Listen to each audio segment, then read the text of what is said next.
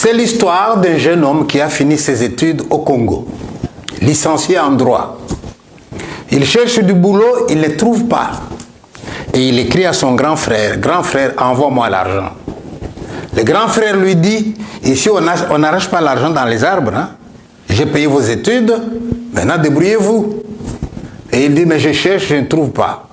Le grand frère dit, je viens moi-même au Congo vous aider. Il lui dit, est-ce que vous avez écrit des lettres de demande d'emploi avec votre CV bien écrit? Oui. Allez, on va essayer. Écris un peu 40 lettres. Et il envoie les 40 lettres. Il n'y a personne qui lui répond. Il dit à son frère, tu vois, je te l'avais dit. Mais pendant qu'il allait se décourager, voilà un ami qui vient. Hé, j'ai entendu qu'on engage quand même quelque part. Il dit, où c'est? Au jardin zoologique. Il dit, attends, licencié en droit, qu'est-ce que tu veux que j'aille faire au jardin zoologique? Et l'autre lui dit, on ne sait jamais écrit. Qui sait si ce n'est pas quelqu'un de l'administration qu'on veut? Et le type, il écrit quand même la lettre, il l'envoie. Une semaine après, la réponse, la convocation, test, on lui dit, vous êtes engagé, vous aurez $2000 par mois. Ouais. Il demande au patron, en quoi va consister mon travail? Et le patron lui dit, je vous le dirai quand vous viendrez lundi pour commencer. Maintenant, vous allez chez vous, vous annoncez la bonne nouvelle à votre femme. Et il arrive chez lui, chérie, c'est fini la disette. Maintenant, nous allons manger $2000 par mois. Et la femme, elle est contente, elle saute de joie. Tu as signé le contrat? Oui, montre-moi. Et il lui montre le contrat. Mais en quoi va consister ton travail? Il dit, on ne me l'a pas dit, on me le dira le lundi. Le lundi, notre ami, il met son costume. Et il est content d'aller travailler. Et il arrive là-bas. Le patron le voit. Et lui dit, vous voyez l'autre bureau par là? Allez-y, on va vous donner votre tenue de travail. Ce n'est pas avec ce costume-là que tu vas travailler. Le type, il se présente dans l'autre bureau, on lui donne un costume taillé dans une peau d'antilope. Et les cornes de l'antilope sont encore sur le costume.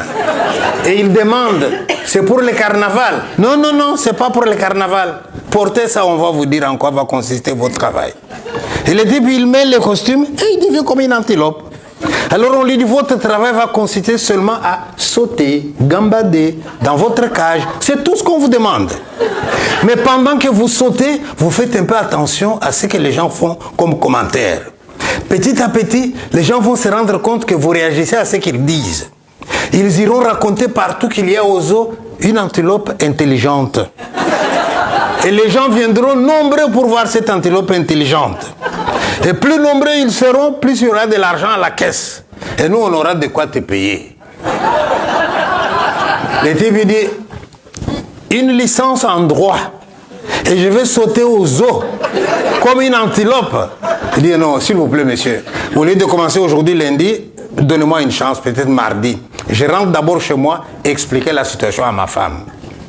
Il va à la maison et il explique la situation à sa femme.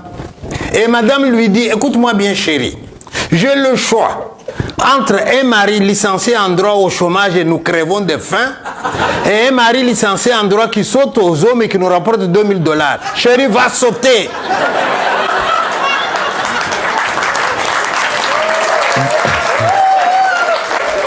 Va sauter chérie, il n'y a pas de saut métier.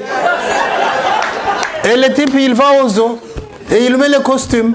Et le voilà qui saute, le voilà qui gambade, le voilà qui saute. Et les gens, tiens, regarde cette antilope. Et tout le monde commence à parler de l'antilope. Et la réputation est allée partout.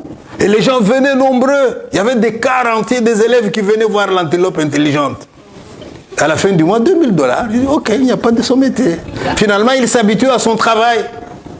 Mais voilà, un jour, il y avait tellement de bus qui étaient venus avec des gens curieux.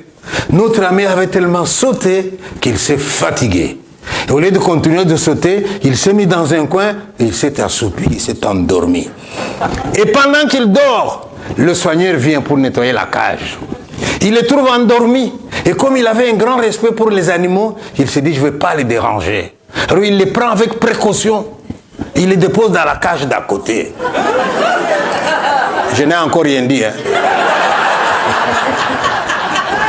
Il les pose dans la cage d'à côté. Et il se met à nettoyer, il se met à nettoyer. Et quand il a fini, il oublie de remettre notre ami dans sa cage. Il prend le balai, le seau, le voilà qui s'en va en sifflotant. Et pendant qu'il marche pour partir, notre ami se réveille. Il regarde à côté de lui un lion qui dormait. Il dit, mon Dieu, je comprends pourquoi on m'a engagé. C'est pour me donner à manger au lion. Mon Dieu, qu'est-ce que tu m'as fait? Toutes ces études que j'ai faites, je vais terminer dans le ventre d'un lion. Et là, il regarde le type. Il lui fait signe. Et le type ne se retourne pas. Il a bien envie de l'appeler. Mais s'il l'appelle, le lion va se réveiller. Vous voyez le dilemme, hein? Alors il fait les gestes. Il regarde et le lion bouge. Et un moment, le pauvre, il avait tellement tremblé. Il s'est mis à transpirer. Il pensait que c'était la fin. Il allait s'évanouir. Voilà le lion qui se réveille et qui le regarde et qui lui dit, ne t'en fais pas mon frère, j'ai fait le même travail que toi.